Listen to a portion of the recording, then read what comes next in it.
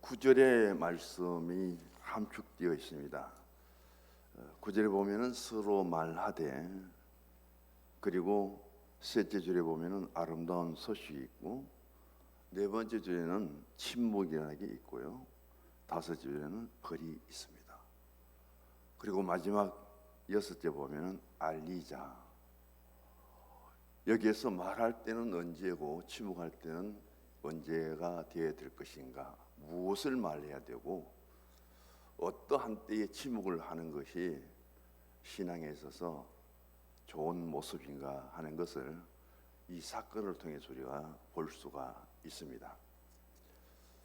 오늘 중심 단어를 아름다운 소식, 세 번째 단어에 초점을 맞추면은요, 아름다운 소식은 두 가지의 또 파생이 됩니다. 하나는 기쁜 소식이요, 또 하나는 좋은 소식입니다. 좋은 소식, 기쁨의 소식을 굿뉴스라고 하죠. 우리는 오늘 신약 시대를 살아가면서 복음이 바로 굿뉴스입니다.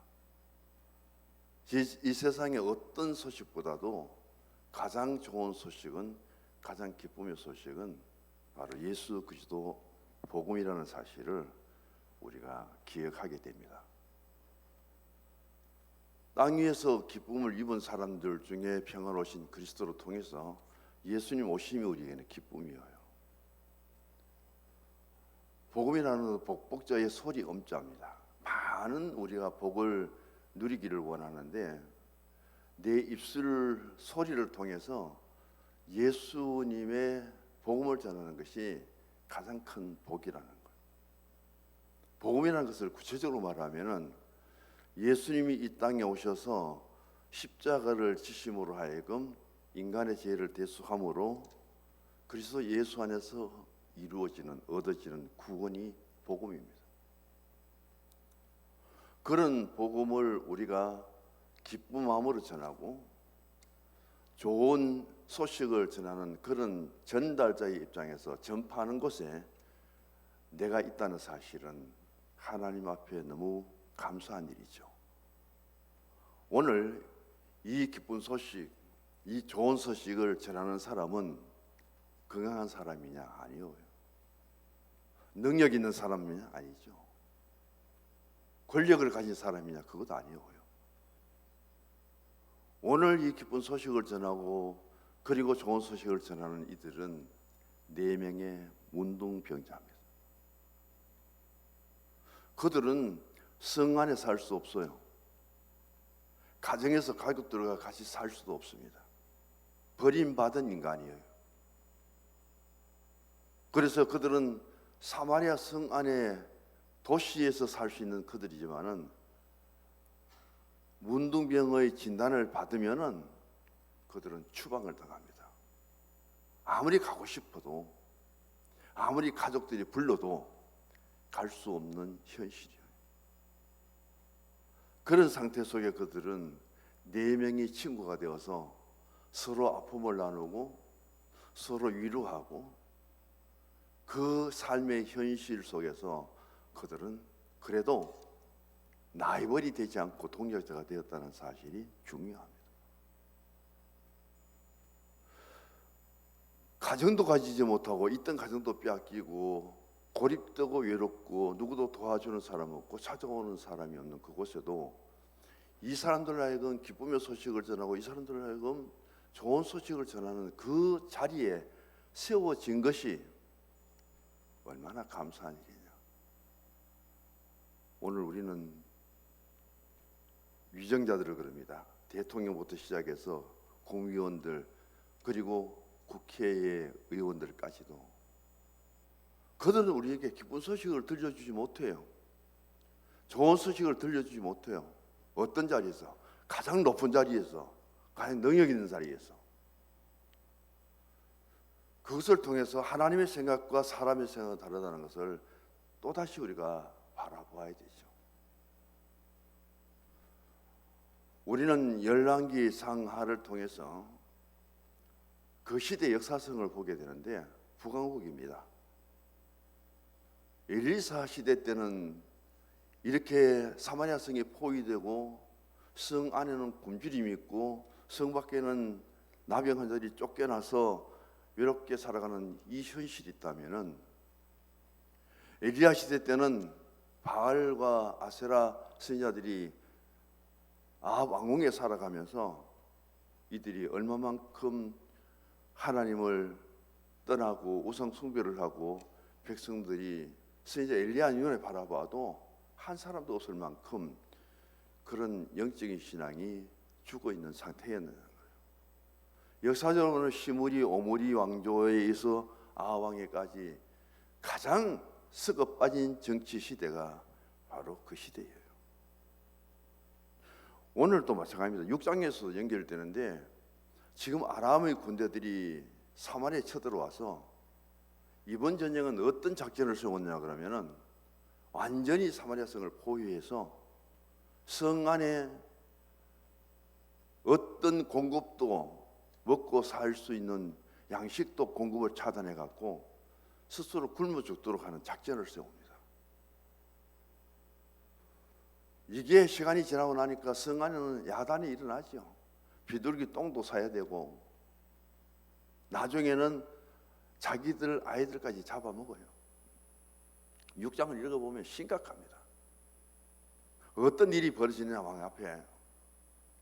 어제는 내 아이를 잡아먹었으면은 오늘은 이 사람 아이를 잡아서 먹어야 되는데 이 사람이 아이를 안 내놓습니다. 내 아이는 잡아먹을 때 같이 먹어놓고 자기 자식은 내놓지 않고 우리가 지금 굶고 있는 상태입니다. 왕 앞에 지금 그렇게 항의를 하고 그런 상태 속에 있습니다. 그런데 성 안에 들어가도 어떤 보장도 받을 수 없지요. 그런 환경 속에서 쫓겨나서 바깥에 있는 이 4명의 문둥 황자들, 나환자들은 어떤 상태 속에 있겠느냐는 거예요. 이 사건을 통해서 하나님이 우리에게 주신 교훈은 무엇이냐 하면은, 하나님은 그 많은 사람들 중에 어떻게 나병 환자 4사람을 통해서 이 기쁜 소식과 이 좋은 소식을 사마리아 성에 알려서 아이까지 삶아 먹던 그 환경에서 아람 군대들이 버리고 간 수없이 많은 전리품들을 통해서 그들에게 일상생활로 돌아올 수 있도록 그렇게 해주셨느냐는 거예요. 그것을 전한 사람이 누구냐? 나병 환자들이요. 이들이 어떤 생각을 갖고 있느냐? 9절에 보면은, 지금 이런 상태 속에 있는 이 소식을 우리가 사마리아 성에 전하지 아니하면은 우리에게는 벌이 오게 될 것이다. 지금 우리가 하는 행동, 4사람이 실컷 진영에 들어가서 남은 거 먹고 우리가 배부르고 살길도 하더라도 이것은 우리가 잘한 일이 아니라 잘못된 일이다. 바울이 그러잖아요. 고린도전서 9장 16절에 내가 부득불 복음을 전해야 되는데 이 복음을 전하지 아니하면 하나님에게 화가 미칠 것이다. 하나님 앞에 겁이 나서라도 나는 이 복음을 전해야 되겠다. 오늘 나와 자들은 얼마나 자신이 소외되고 고립되어 있습니까? 그런데도 이 좋은 소식을 전하지 아니하면 우리가 반드시 벌을 받게 될 것이다. 벌을 받기 전에 우리가 이 좋은 소식을 전하자, 그렇게 말합니다. 6장에 보면은 심각하죠. 비둘기 똥도 사 먹어야 되고 엄청 비쌉니다. 자기 자식도 죽여서 삶아 먹는 그 환경 속에서 오늘 엘리사가 말합니다. 내일 이맘때 되면은 고물가, 돈 있어도 살 수 없는 그 고물가가 일상생활의 평범한 물가로 내려갈 것이다. 하루 만에. 7장 1절의 말씀이요. 7장 16절 이하에 그대로 이루어져 버립니다. 엘리사 선지자가 그 말을 하는데도 제일 믿지 않았던 사람이 바로 장관이에요. 오늘로 치면은 복지부, 농림수산부 장관이 되겠죠. 먹을 거니까. 그래서 엘리사가 내일 이맘때에 이제 고물가가 완전히 내려가서 저물가가 될 것이고 이 성민들이 살아가는데 큰 어려움 없을 것이니까 안 믿어요. 그렇게 안 믿던 그 장관은 17절에서부터 이하에 20절 같이 읽어보십시다. 그의 장관에게 그대로 이루어졌으니 그 백성이 성문에서 그를 밟으며 죽었더라. 얼마나 백성들이 화가 났으면은 엘리사의 말대로 그대로 이루어지니까 그 담당했던 장관을 백성들이 밟아 죽여버려요. 그만큼 분노에 차 있는 모습을 보여주지요. 17절의 말씀도 마찬가지입니다. 왕이 그의 손에 의지하였던 그의 장관을 세워 성문을 지켜야 했더니 백성이 성문에서 그를 밟으며 하나님의 사람의 말대로 죽었으니, 엘리사의 말들이 여기서 전부 성취하는 것을 보게 됩니다. 그런 사마리아 성에 이제 이런 선지자가 있으니 이 사건을 통해서 앞으로 엘리사가 전하는 말들은 백성들이 믿어야 될 거예요. 진짜 하나님의 사람이더라. 그 사람이 한 말들은 이루어지더라. 이것은 상상할 수 없는 일들이잖아요. 그런 현실 속에서 내게 들려진 내가 당한 그 현실에 기쁨이 있을 때 나만 만족하지 말고 전하자. 그 기쁜 소식을 전하고 그 좋은 일들을 우리가 전해야 된다. 그 말씀이 오늘 말씀 속에 담겨져 있습니다. 한마디로 성도는 분별력도 있어야 되고 그 다음에 말을 잘해야 된다. 말할 때는 말을 잘하고 그리고 침묵할 때는 침묵할 줄 알아야 된다. 말 잘하는 게 아니라 잘 말하는 사람. 그리고 때로는 나의 선상에서 침묵을 지킬 때 덕이 된다면 그것도 우리가 할 수 있어야 되죠. 신앙 안에서 최고의 말은 신앙 고백입니다.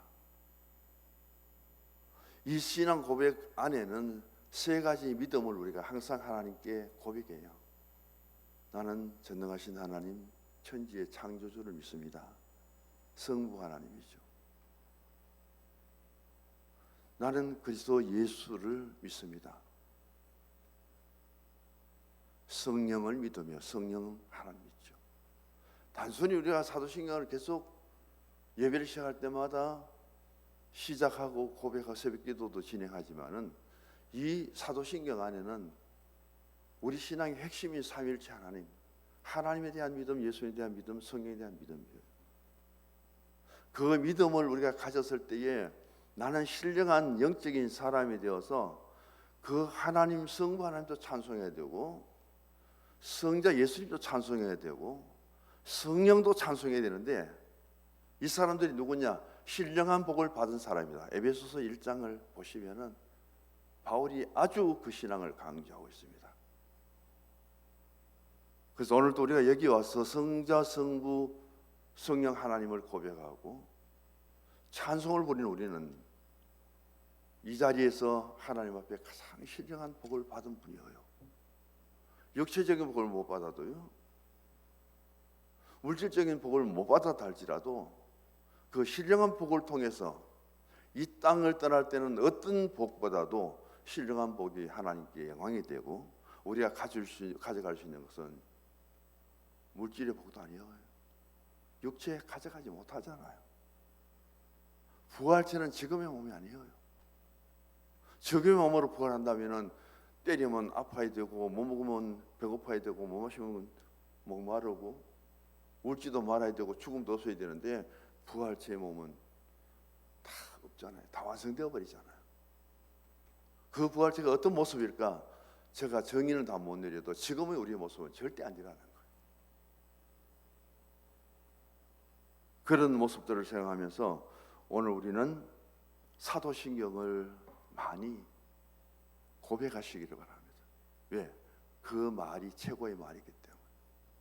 어떤 우리 입술로 고백하는 것보다도 사도신경이 그만큼 하나님께서 우리에게 주신 신앙의 가장 근본적인 뼈대예요. 찬송은 입술의 열매이기 때문에 찬송 많이 부르십시오. 기도 열심히 하다가 잘못된 사람 수없이 많아요. 성경 연구하다가 잘못된 해석을 하는 사람이 얼마나 많은지 몰라요. 찬송하는 암만 불러도 이단도 안 되고 사이비도 안 되고 이상하지도 않아요. 최고의 하나님께 영광은, 하나님께 높임은 찬송이에요. 길 찬자에 올릴 송자는 이 세상에서 가장 높고 위대하신 하나님 앞에 우리가 할 수 있는 최고의 하나님에 대한 신앙의 고백이에요. 로마서 10장 9절에서 10절 보면은 내가 만일 내 입으로 예수를 주로 시인하고 또 그를 죽은 자 가운데서 살리신 하나님을 내 마음에 믿으면 구원을 얻으리니 사람이 마음으로 믿고 의에 이르고 믿음으로 시인하여 구원을 받는다. 바울은 오늘 우리의 신앙 속에서 짧게 정리하면 세 가지입니다. 구원론은 하나는 믿음으로 구원 얻는 거예요. 바울의 구원론에서는 믿음으로 구원 얻는 이신 덕의와 믿음으로 의롭게 되는 이신 칭의가 같이 이루어지는 거예요. 내가 믿음으로 구원을 받았고 믿음으로 의롭게 되었다면은 이 땅에서 우리가 그 다음 가져야 될 신앙의 자세는 성화입니다. 거룩하게 변화되라. 변하고 달라져도 거룩하게 달라져라. 은혜 받았다고 내만 은혜 받았다고 자랑도 말고, 은사는 내가 독점으로 받은 것처럼 내 은사 자랑하고 받지 못한 사람 무시하고 그런 것이 아니라 우리는 그 은사를 받아도 은혜를 받아도 사랑을 받아도 거룩하게 받아갖고 내가 받은 것을 내만 가지지 말고 베풀고 나눠줄 수 있는 그런 변화의 모습을 보여주라는 거예요. 그게 이 땅에서 우리가 할 수 있는 일입니다. 마지막에 글로리피케이션하는 영화로움은 이 땅에서 누릴 수 있는 것이 아니에요.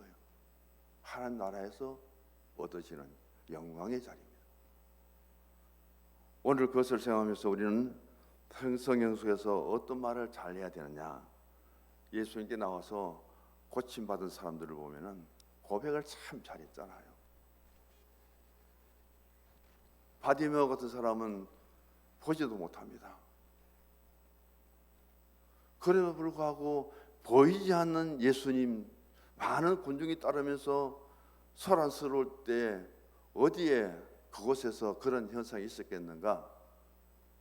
지금까지 자신이 귀로 들었던 어떤 사람의 군중의 모임보다도 그날은 특별한 거예요. 예수님이 지나가시는데 제자들하고 수없이 많은 군중 따르니까 여기에 메시아가 계시는구나, 예수님이 계시구나.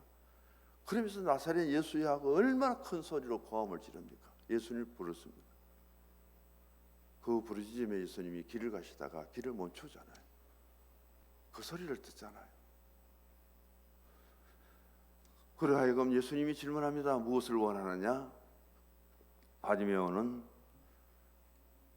그가 눈을 뜬 것뿐 아니라 그에게는 믿음으로 구원을 얻고 하나님의 참된 사랑의 자녀가 되었다는 것이 우리에게 들려지는 복음의 소식이죠. 엘리야의 갈멜산의 기도도 그렇고요, 한나의 기도도 마찬가지입니다. 억울하고 분하고 어디 쏟아내올 데도 없는데 그 신앙을 갖고 하나님의 성전에 찾아가잖아요. 그 자기 마음에 있는 것을 그렇게 슬프고 괴롭고 억울하고 한을 품으면서 기도를 합니다. 가장 영적으로 뛰어나야 될 엘리 제사장은 보고 하는 말이, 어디서 술을 먹고 여기 와서 술 주정뱅이를 하느냐? 그만큼 영적인 암흑의 시대죠. 그런 시대 속에 엘리는 홈리와 비나와서 제사장의 아들들을 아주 잘못 키워 교육을 잘못한 거, 신앙교도 마찬가지. 그러나 그런 환경 속에서 한나는 사무엘을 어떻게 잘 양육했습니까? 오늘 많은 중직자들의 자녀들이 바른 신앙생활을 하지 못하는 원인, 저도 마찬가지예요. 자식들의 교육이 제대로 안 된다는 거예요. 그런 것들을 통해서 그 한 부분에 그 신앙을 통해서 어떤 신앙으로 교육하고 어떤 신앙으로 하나님께 기도하고 어떤 신앙으로 그 신앙을 전승하고 자녀들에게 넘겨줄 수 있느냐는 것들을 여기에서 우리가 묻게 되죠. 엘리 너는 98세인데 너는 제사장 일 잘못했다 잘했다. 하나님 그것보다도 너는 자식 때문에 안 되겠다. 한나 너는 참 힘들고 어렵고 고난 속에 그렇게 지냈지만은 너는 사무엘 하나를 너무 잘 키웠다. 하나님 성전에 바쳐서 너는 신앙의 자녀교로는 최고야. 그 하나로 한나는 기도의 어머니를 인정받습니다. 그 아들 사무엘을 통해서 사사시대를 정리하고 왕국 시대를 들어가는 데 있어서 사무엘이 없었다면 어떻게 되었을까요? 사사시대에서 왕국으로 넘어가는 길에 지금 생각하면 비참할 거예요. 그런 모습 속에서 오늘 우리는 이 아름다운 소식을 전했던 이 나환자들, 성경에는 여러 가지 단어적으로 문제가 일어나죠. 나병에서 한센시 병으로 바뀌었는데 교회 가니까 저도 이제 문둥병자였는데 문둥이고 나병이고 하면은 그 나환자들이 아직도 예수 믿는 사람은 문둥병자 그러고 나병자 그런다고 얼마나 화를 내는지 몰라요. 나환자촌에 가서 예배를 한다는 목사님들이 어쩌다 뭐 기회가지고 문둥병 하다가 혼난대요. 벌떼같이 일어난답니다. 목사님 말 바꿔라고 고치라고요. 지금은 전부 한센시 병이라는데 성경 어디에도 한센으로 번역된 곳은 없습니다. 제일 번역 잘 된 것이 나병이에요. 사회 언어를 일반 언어를 성경이 못 따라간다는 이것도 문제는 문제인데 그렇다고 해서 성경을 자주 바꿀 수는 없잖아요. 그 단어 하나 때문에. 그것을 우리가 받아들이고 이해해야 될 겁니다. 오늘 보면은 본문의 말씀 속에서 이 나병 환자들의 모습이 보여집니다. 그리고 성 안의 모습도 똑같이 보여지죠. 이 성 안에서 비둘기 똥을 사서 먹는데 그것도 돈 있는 사람이 사고, 일반 서민들은 전부 아이들 자기 자식들을 삶아서 나눠 먹는 그런 비참한 것은 어디에도 없잖아요. 그만큼 사마리아 성이 북왕국 이스라엘 수도면서도 공간 속에 있었다는 사실이고, 그런 가운데서도 그 성에 살지 못하고 추방되어서 성문 밖에서 살아가는 이 4명의 나환자의 환경은 또 더 비참했을 거예요. 그래서 이런 상황 속에서 그들이 이제 결단을 내립니다. 우리 성 안에 들어가도 이미 쫓겨났기 때문에 받아주지 않을 것이고, 성 안에도 지금 굶어 죽는 판에 우리가 여기 있어도 누가 하나 밥 먹을 거 줄 사람도 없으니까 여기 굶어 죽는데 이럴 바에는 차라리 아람 나라에 가보자. 사마리아에서 완전히 포위하고 있는 그 아람 군대 가서 그들 우리를 죽이면 죽고 우리 살려주면 살고 죽기 살기로 가보자고 가보니까 아람 군대가 그렇게 포위하고 있던 군대들이 하나도 없이 다 도망가 버렸어요. 얼마나 급하게 도망갔느냐. 나귀하고 양식하고 그대로 놔두고 도망을 갔거든요. 이게 하나님의 기적이죠. 얼마나 그들이 긴급했으면은 그들이 포위하고 있던 사마리아 성 안에는 지금 사람까지 자식까지 잡아먹는 그 환경 속에 있는데 사울 기력이라고는 전혀 없어요. 상대가 안 됩니다. 그런데 어떻게 다 버리고 도망을 갔을까? 죽기 살기로 아람 군대 진영에 들어가니까 죽는 게 아니라 먹을 것이 얼마나 많은지요. 가질 것이 얼마나 많은지요. 자기들이 버림받고 소외되고 누구도 찾아와 주지 않고 반겨주지 않는 그 환경 속에서 자기들의 소유를 다 채울 만큼 욕심을 부려도 될 터인데 이 기쁜 소식을 우리만 누려서는 안 된다. 이 좋은 소식을 우리만 가져서는 안 된다. 그걸 전한 것이 4명의 나병 환자죠. 하나님의 처음 그 아름다운 소식 복음의 메시지는 바로 이 나환자들이 전했다는 사실이 놀랍고요. 그 당시 시대는 시므리 오므리 왕조를 거쳐서 아합의 가장 악한 시대 속에를 거쳐오면서 그 시대에 이런 일이 있었다는 사실은 놀라운 일이잖아요. 어떻게 예수 믿는 사람 하나 찾아보기 어려운데 오늘 우리는 이런 좋은 환경 속에서 복음을 받아들이고 내가 받은 복음과 내가 믿는 예수님이 참 좋은 소식이고 기쁜 소식이라면 나만 갖고 있으면 하나님에게 벌을 줄까? 우리만 누리고 있으면 하나님 벌을 줄까? 이거 지금 우리가 침묵하고 있는 것은 잘못된 것이다. 그렇게 나가서 전한 그 소식이 오늘 신약에서는 복음이잖아요. 굿뉴스가 되죠. 그런 환경에서 연관시켜 보면은 우리는 참 좋은 환경 속에서 내가 믿는 예수님을 전한다는 사실이 참 보람 있는 일인데 그게 어떻게 그렇게 어려운지 그 현실 속에 있음을 우리가 보게 됩니다. 이제 정리를 하겠습니다. 9절의 말씀을 통해서 중심을 삼고요. 그 다음에 오늘 9절의 말씀과 고린도전서 9장 16절을 연결시키시면 될 거예요. 침묵은 무엇이냐? 침묵할 때는 언제냐? 가장 핵심적인 요소가 여호수아 6장을 드릴게요. 그 이하로 여리고성의 무너짐입니다. 하루에 한 바퀴, 마지막은 7바퀴를 돌면서 그들에게 철저하게 지켰던 것은 침묵이에요. 2시간을 돌아야 한 바퀴를 돈다는데 그 7바퀴를 돌면은 24, 14시간을 돌아야 되잖아요. 근데 질서가 무너지지 않았습니다. 자신들의 위치를 그대로 지켰습니다. 자기 자리를 지켰고 그렇게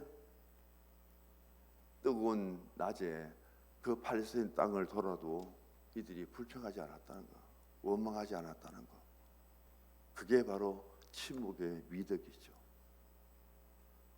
그래서 우리가 성서 속에서 어떤 데 침묵을 통해서 그렇게 하나님께 복이 되어졌느냐? 하박국 시대도 그렇고 서바냐 시대도 그렇고 교회 안에는 여러 가지 책임이 많습니다. 지금 책임 안 진 것 때문에 문제가 많이 일어나잖아요. 사상 처음으로 장관이 탄핵을 받는 우리나라 역사, 참 부끄러운 일들이잖아요. 그래서 책임질 사람이 없으니까 책임을 억지라도 전가 씌우는 거예요.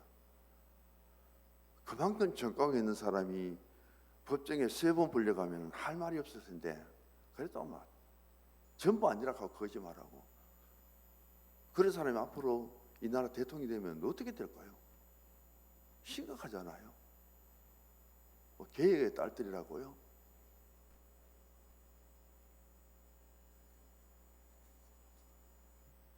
우리 이런 시대 속에 살아가고 있습니다. 좀 입을 다물고 잘못했다고 사과라도 먼저 좀 하고 이 시대에 무엇이 필요한데 이재명에 따르는 게 개혁의 시대에 자신의 소명이라고 우리는 개혁의 딸이다. 머리가 깨져도 문재인이다. 무슨 이런 일들이 정치권 속에서 하나의 영예가 되고 거기에 따른 사람들이 그렇게 추종하는지 사상과 이념이라는 것은 무섭잖아요. 오늘 우리는 이런 사마리아 성의 위기 속에서 그것도 일상적인 사람의 존엄성을 갖고 살아가지 못하는 이 4명의 나와 자들이 그래도 그 소식이 아름다운 소식인 줄 알고 그 소식이 기쁜 소식인 줄 알고 그 소식이 좋은 소식인 줄 알고 자기들만 누리지 않고 달려가서 전하는 이 모습, 성서중앙교회 안에서 아름다운 소식을 전하고요, 기쁨의 소식을 전하시고요, 좋은 소식을 전하실 때는 입을 크게 여십시오. 그냥 침묵할 때는 침묵하시고 내 선에서 차단하면서 기도하시고 그게 덕이 된다면은 침묵하면서 이 교회를 섬기는 그 우리의 신앙의 자리에 서서 믿음으로 이 한 해를 또 나아가실 수 있는 성도 여러분이 되기를 주의 이름으로 축복합니다.